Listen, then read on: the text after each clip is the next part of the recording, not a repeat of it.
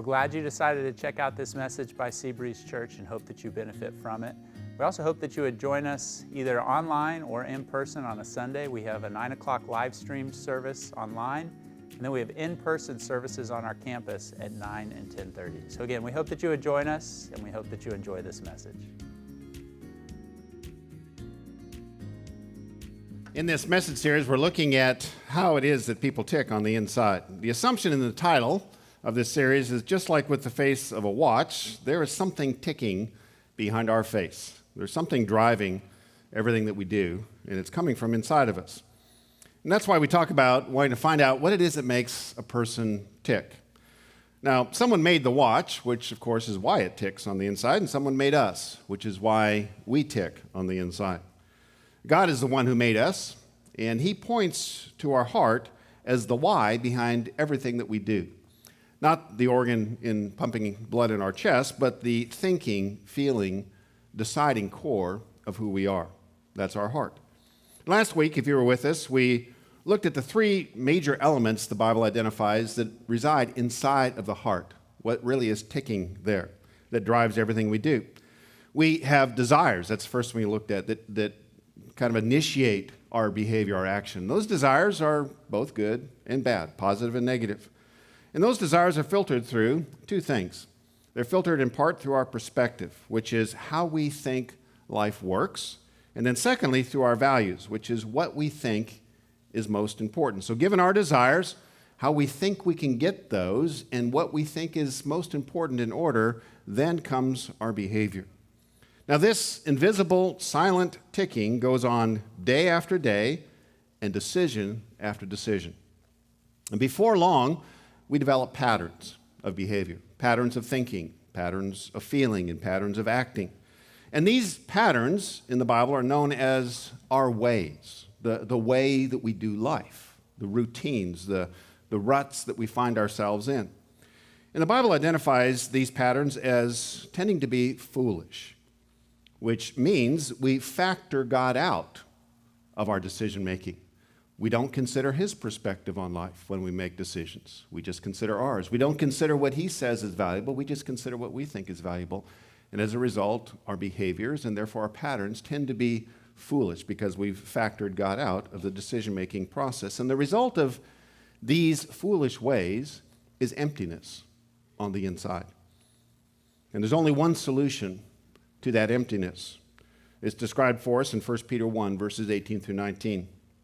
It says, "For you know that it was not with perishable things, such as silver or gold, that you were redeemed from the," and here it is, "empty way of life, handed down to you from your forefathers, but with the precious blood of Christ, a lamb without blemish or defect."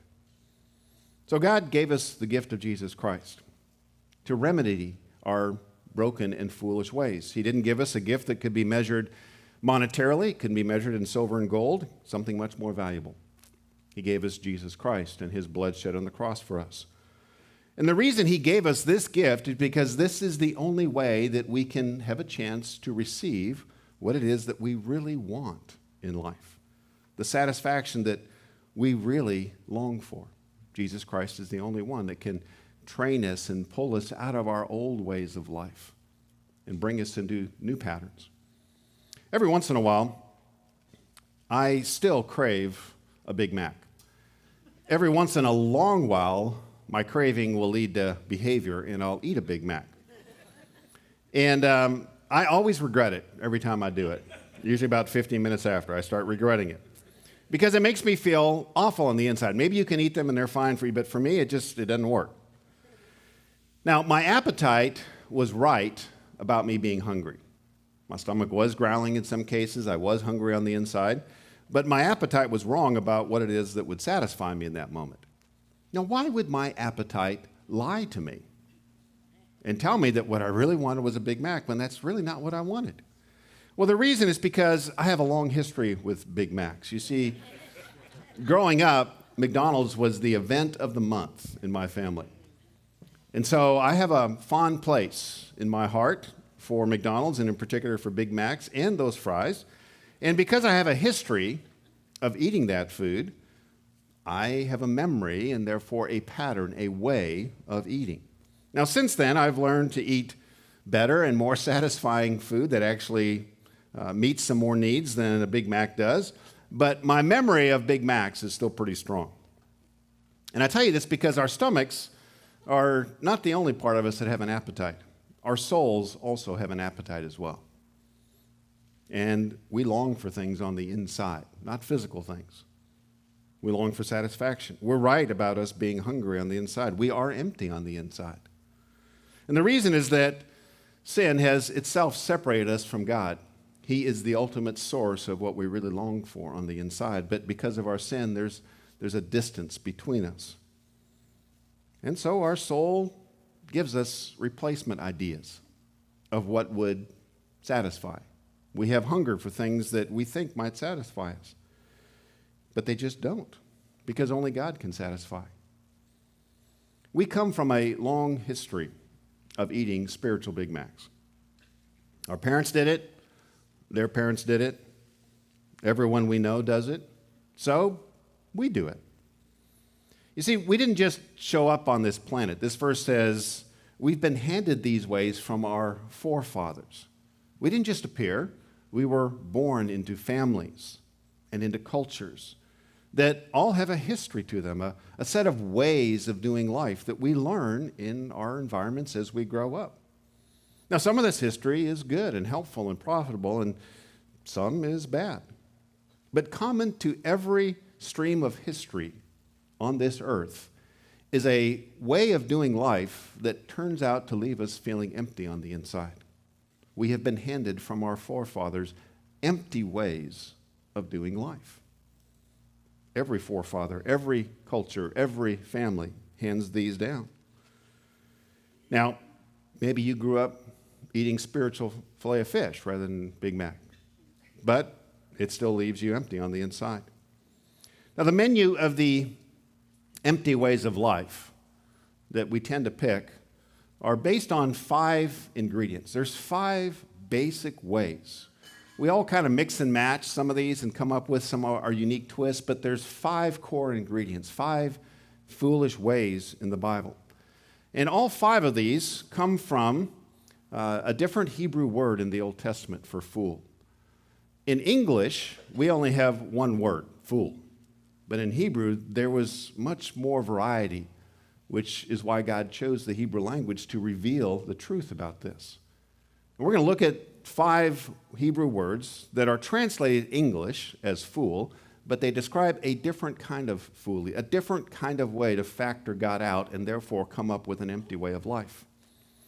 Now, we tend to have a favorite one, and as we go through these, I'd like you to think about what might be your favorite one. Like I said, we mix and match, but we tend to lean on one as kind of our go-to way.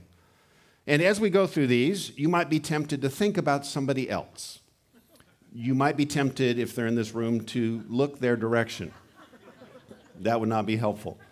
Do your very best to focus on yourself, to think about what your way might be. So let's begin. The first way we'll call the easy way.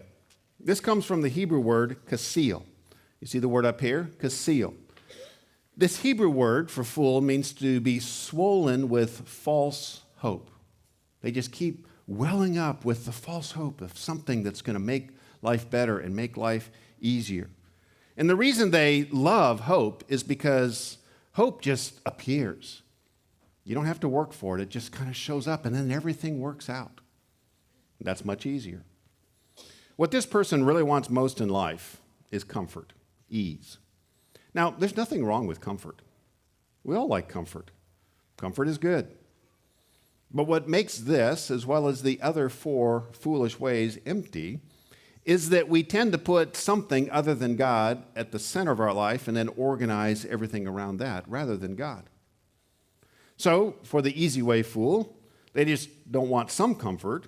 They actually organize their life around what is easier and what is more comfortable. It becomes the gravitational force around which they make their decisions. And that leaves them empty on the inside. The reason is that comfort is not the point of life. God is the point of life, and what He wants is the point of life. So someone with an easy way approach to life is usually fixated on the next product or the next plan that they, and here's the key, hope will make life better, will pull everything together for them. Their thought is, if I could just get that, I would be satisfied. Now, comfort requires products in order to support it. If your home is comfortable, it's because there's stuff in it. If your home is empty, it's not a comfortable home. You got to have stuff in there to be comfortable. So you probably have a comfortable bed and comfortable furniture. You probably have some entertainment products that help you relax and comfort. How did you get those products? Well, you bought them. How did you get the money to buy them? Well, you probably had to work for that money. So in the real world, comfort is the byproduct of work. But the easy way fool doesn't want to put in the work. They want to bypass the work and go straight to the comfort. So they're always looking for, we'll call it the magic key.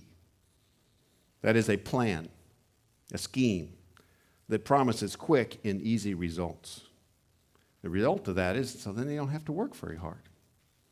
They're looking for the shortcut to comfort. If you talk to them, they've always got an idea. They've always got a thought, something in the future, something that they've heard, someone they've talked to, something they read online.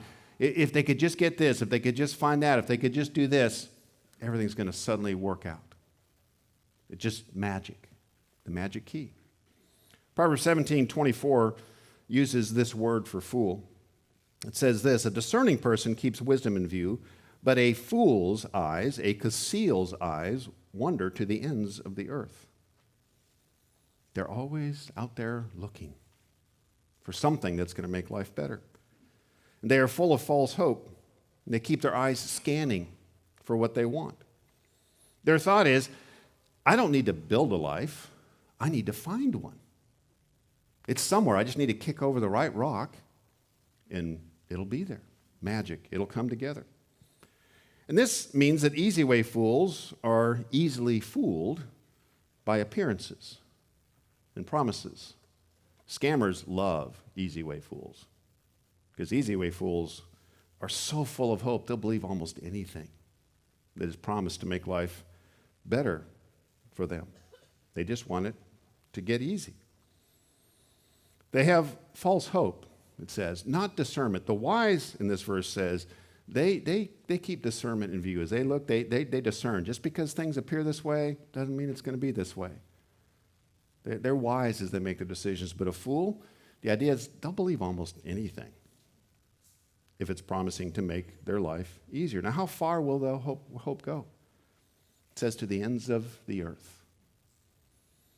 They keep hoping and hoping and hoping because it's easier. What's amazing sometimes is someone whose life is completely falling apart, they think that just this one thing, if I could just get this, it'll all come together because it's easier. So when an easy way decides to date the opposite sex, they are not so much concerned about working hard to become the right kind of person, marriage material. They're just looking for the right one. There's someone out there that's just going to put their life together like magic. When an easy way looks for a job, which they don't all look for work, but when they do look for a job, they look for the perfect job. And by perfect, they mean the one that leaves them every single day feeling just ecstatic on the inside with purpose, and it's not a lot of strain to it, and it pays tremendously well. And they keep looking for this job because they've heard of those kinds of jobs out there. They just can't find it. Now, if an easy way does get a job, they usually don't keep it for very long because, well, it doesn't take long for them to not like the work, to find some problem with the work or some reason why they can't do the work. And they definitely don't like bosses. Because what do bosses do? Bosses, they demand people work for pay. So all the bosses they work for are jerks. And the career grass is always greener somewhere else. For them, for the easy way, life is kind of more like fast food than farming. You know, you just order what you want, and it's delivered to you. Rather than farming where you have to plow the ground and plant the seed and water the seed and weed the seed and then tend to the plant and then harvest the plant. That's a lot of work. They have grown up in a fast food culture and they think life is kind of like that. Now, our consumer culture is cranking out a lot of these people right now. And the pandemic has not helped. If you grow up watching the media, growing up in homes that pay you to do nothing at all, you will believe that real life is easy. It's kind of like a movie or a game. It just happens. It's easy. That's the easy way fool. The second way is the my way fool. The my way. The Hebrew word for this is avil. And the word means stubborn opposition. These people insist that life go their way. What this person wants most in life is control. Not comfort, but control. Their thought commonly is, if everyone would just cooperate with me, I'd be satisfied. That's all I want, is people just to cooperate. So the easy way fool has decided that satisfaction is found. There's something out there that will pull life together. The my way fool has decided not that satisfaction is found, but satisfaction is forced. What they will often think is, I just need these people to do what I want them to do. They won't say it that way, because that sounds selfish and controlling. What they will say is, I just need people to do the right thing. The right thing, of course, is what they think. For them, there's only two kinds of people: the people that agree with them and everyone else that's wrong. So if people would just wake up, do the right thing, life would work. And I've got to try to figure out how to get them, for their own good, of course, to do the right thing. Now, why would someone choose this strategy? It's a lot of work to be a my way fool. Why would someone choose this? Well, it's because, most likely, they've learned early on in life that people hurt you. People are not safe. And so, kind of like animals in a zoo, people are best kept in cages. Now, of course, it's illegal to put people in actual cages. It's not right to put people in cages, not physical cages, so they work to put people in cages of control. They construct the bars, not out of steel, but out of control. Now, there's many different materials to use to construct the bars of the cage, many different methods of control. A lot of times, a my way will rescue someone or continue to rescue people that are in deep need. Because once they rescue someone, that person owes them a debt, and they expect to collect on that debt in getting them to do what they want them to do. Sometimes they'll withhold something that an individual needs and exchange it for their behavior, for them doing what they want them to do. They'll control them that way by withholding what somebody really needs. Sometimes they'll use their emotions to control. I mean, in real common ways, they'll get angry. They're always upset. And they'll get people to conform because, rather than dealing with another argument, I'll just do what you want. Sometimes they fall apart and they cry and they become victims so that people will run to them and do what they want them to do. There's all different kinds of tools, very subtle and sophisticated ways of getting people to dance to their tune and do what they want them to do. Proverbs 27:3 describes this particular choice in life. It says, stone is heavy and sand a burden, but provocation by a fool, this kind of fool, a my way and a veal, is heavier than both stone and sand. What is this saying? Well, have you carried a heavy stone or a big bag of sand? What's on your mind when you carry a heavy stone and a big bag of sand? How long do I have to carry this? When can I set this down? This is heavy. Those who relate to a my way fool are thinking the same thing all the time. How can I get out of this? This is heavy. I got to get out of here. This is driving me crazy. And the reason is because the person who's being controlled has this sense all the time of being in trouble. They're just always in trouble. The person is just always upset. They're never satisfied. There's always something else that they didn't do or they should do. And that's just like, here, would you take an 80-pound bag of sand and carry it for your whole life? They will not stay in a relationship with a my way fool unless they have to. These individuals, the my ways, they usually end up being pretty alone in life, particularly later in life. Because near the end of their life, they have very little left to offer. And so there's not many people that will put up with the 80-pound bag of sand to get something they want because it's just not worth it. These people end up having very few meaningful relationships because they only had people they managed, not people that they actually loved and served. And these people tend to sit alone in the last decades of their life wondering why nobody calls and nobody comes to visit. Because everyone is just grateful to be out, to have set down the bag of sand. And they feel empty at the end of their life. Now, these first two, the easy way and the my way, appear to be the most popular. So a good percentage of people have chosen one of these as their dominant way in life. Now, we grow and mature, and some are more or less of these, but these tend to be the most popular. And so one of the most common marriages is when an easy way marries a my way. Easy ways tend to not marry each other because there's not enough initiative between them to even date. And my ways tend to not marry as often. They do, but they tend to marry not as often because they fight like cats and dogs all the time. And so if they do date, it's not very long before they realize, we don't want to turn this into a marriage. So it's most common for an easy way to marry a my way. Now, the reason an easy way is drawn to a my way is because a my way is usually a very high capacity person. You don't choose to be a my way unless you've got a pretty good mind. You really can organize stuff, and you can get people moving. You really know what you're doing. They get a lot done, my ways do. And that works perfectly for an easy way because it leaves them with what? Less to do. Life is easier from a work standpoint, not an emotional standpoint, but from a work standpoint, life is easier when you've got a my way running the show. So the question is, why would a my way marry an easy way? Well, because they're easier to control. You know, an easy way doesn't really want to work much anyways.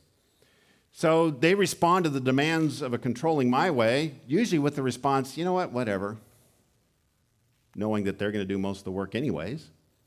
Yeah, whatever you want. I don't care. Do whatever you want, which to a my way's way of thinking is perfect. But the problem with this pattern is that over time, resentment builds between the two of them. Easy way over time resents being controlled because they are a person with a thought, and they resent being controlled. And the my way resents doing most of the work. They both resent each other and feel completely justified, and the marriage really struggles and may just blow apart because of the resentment. So that's the first two. The easy way, the my way. Now number 3, the fun way. The Hebrew word for this is sakal. It's actually, if you could see it in the way Hebrew is written, it's a transposition of the first word, kasil. And so, like the first word, kasil, it means to swell, but rather than with the easy way, it doesn't swell with false hope. This fool swells with impulse. In other words, this person just wants to feel good. Their thought is if they could meet the needs of their impulses, life would be good. They could just feel good enough, often enough, they'd be satisfied. So they are on a never-ending search for the next feel-good experience. The fun way. Ecclesiastes 10:3 describes this person this way: even as fools, sakals, walk along the road, they lack sense and show everyone how stupid they are. What does that mean? What this is saying is you can spot a fun way by watching the path they take in life. It zigzags all over the place. They cannot stay on course because they're constantly seeing something that, ooh, that looks fun. Ooh, what if I had that experience? It's kind of like watching a dog walk off of a leash. Dogs will never walk in a straight line because they're not trying to get somewhere. They're just following their instincts. And they headed this way. And that's the way, that's what it's saying. This is the way this person looks. They're just following their instincts. But you see, unlike animals, we have been made in the image of God, which means we have more than just instincts. We do have impulses. We do have desires. But we have the kinds of minds, the kinds of hearts that can think our way forward and set aside those impulses for greater purposes. And this allows us to accomplish great things. Allows us to set a goal and stay on course. So, stupid is not a put-down word in this verse. It's simply an observation. What that's literally saying is these people aren't using their God-given brains. They're lowering themselves just to instinct. They're just one impulse after another. So the fun-way person decides to live for their emotions. And that becomes the point of life for them, not God. That's the point. This leaves a person empty on the inside because they were created to be so much more than animals sniffing the air, looking for the next impulse to send them off. Now, this is the approach to life that often leads to addictions.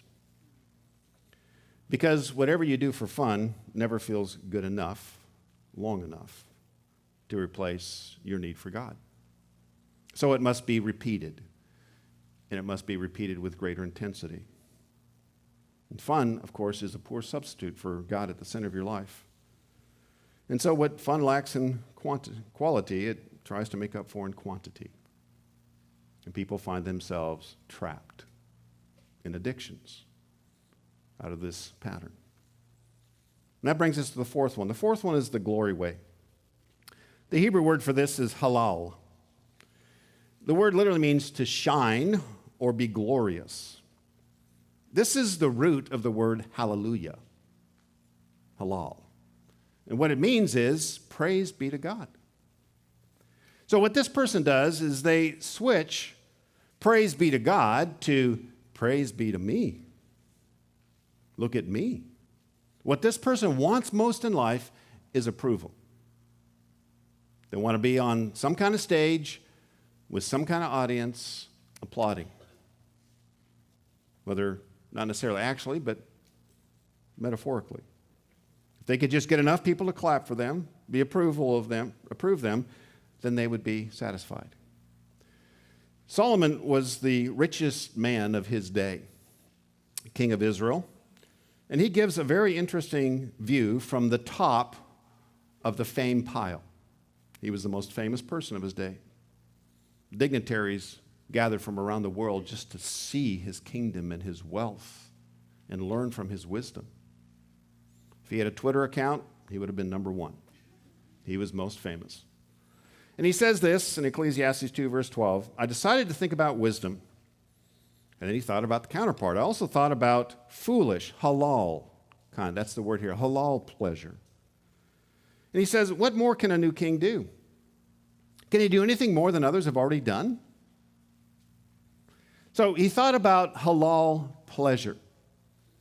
What he's admitting is it really does feel good to be popular. It's pleasurable to have people clapping and approving and liking you. It's good to have people praise you. That's pleasurable. But then the next thing he says is interesting. He says, what more can a new king do? Why is he thinking about a new king? It's because his time as king is coming to an end. He's getting older. And what he realizes is that I'm just one in a long line of kings on this earth. Someone else is going to follow me as king, and they will get all the applause. I'll be swept off the stage because I'll be dead. Someone else will get the lights. So his real question is, so what's the point of fame then? What does fame accomplish? He said, I did some stuff and people clapped. I built some stuff and people were amazed. But he said, you know what? Other people are going to do stuff and people are going to clap at them. I amassed a fortune. Other people are going to amass a fortune. And everyone's going to be amazed at them just like they're amazed at me. His real question is there anything that I've done that will matter for eternity? And what he's pointing to is it's only the approval of God that really matters in the end. Not how famous, not how popular you are. And this brings us to the last way, the last kind of fool, and that is the harmful way. The Hebrew word for this, translated into English as fool, is nabal. This word literally means to empty, to drain of life. This person manages their emptiness by causing it in others. The motto, misery loves company, is true of these people. These people are miserable on the inside.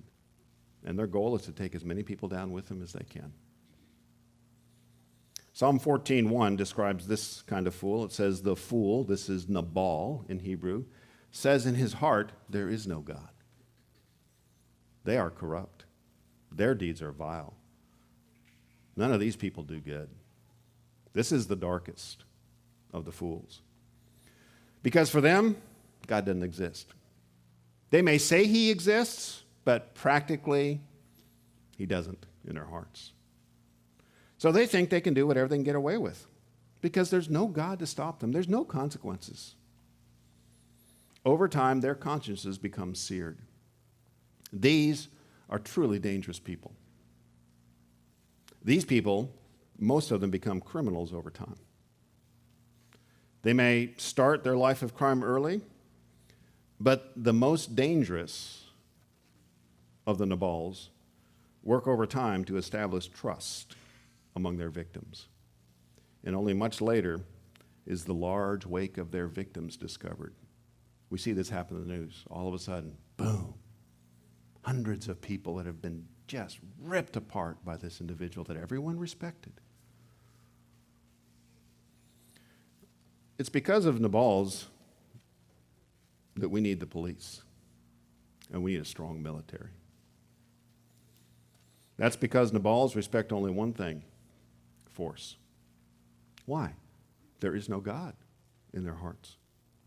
What this means is they will never truly submit to any authority if they don't have to.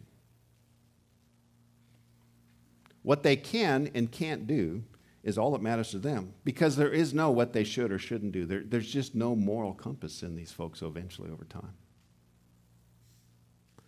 Now, our culture, everyone knows this, is rapidly moving towards secularism. And what that means is for more and more people, there is no God. This is and will give rise to the number of Nabals walking our streets. Now, let me be clear, not everyone who ignores God becomes a Nabal. But Nabals are most dangerous when no one thinks they exist. And you look throughout history, the darkest moments in history where the largest number of people have been murdered have come out of cultures that have decided there is no God. You can do the history for yourself. You see, because if there is no God, then there's no Nabals to worry about. There's no truly evil people. And that's because if there is no God, there can be no evil, because evil by definition is what is opposed to God. So that makes everyone basically a good person that's maybe just in a bad environment. And so as a result of that, it becomes open hunting season for the Nabals among us. It's been big news the last couple of weeks, but the murder rate was up a record 29% last year. The previous record in our nation, since records were kept on this, was 12.9% increase. That was in 1968. This is a massive increase in the murder rate. It really didn't take very long for us to see what a dangerous idea it is to dismantle the police. Reform, yes. No one's talking about dismantling the police anymore. You see, good and evil do not exist in a vacuum. They come from a source. It's interesting to me how similar the names good and evil are to their sources. Good comes from God. You just slash an O and you get to God. Evil is driven by the devil, the source of Nabal. When a culture decides there is no God, evil grows and people have no real reason to do good over the long haul. So, which of these 5 ways is your preferred approach to life? Again, we're a mixture. We've got some of this in all of us. But, again, we prefer Big Macs, filet of fish, quarter pounders. We have a preference. So, are you an easy way? Is comfort what you want most? I mean, maybe not now, but maybe you're working your whole life for the promise of easy way in retirement.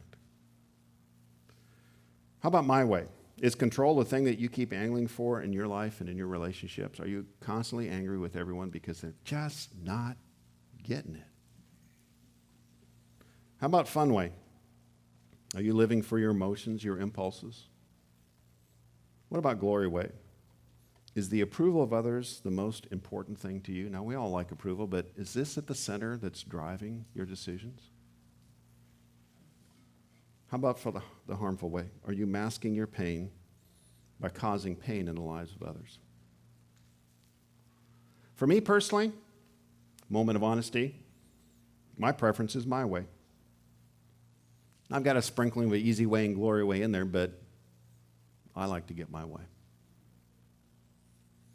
Now, for those of you in growth groups this week, this is one of the things you'll be discussing. So, if you're not sure which one you might prefer, ask God for insight. Maybe ask a friend. If you're really, really brave and you're married, ask your spouse. They know.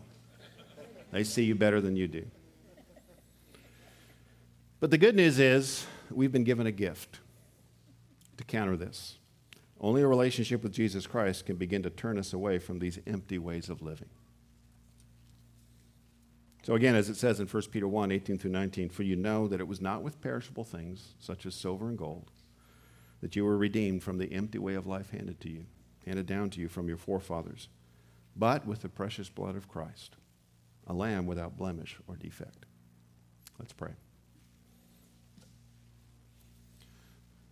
Father, I continue to be amazed at how accurate your word is to describe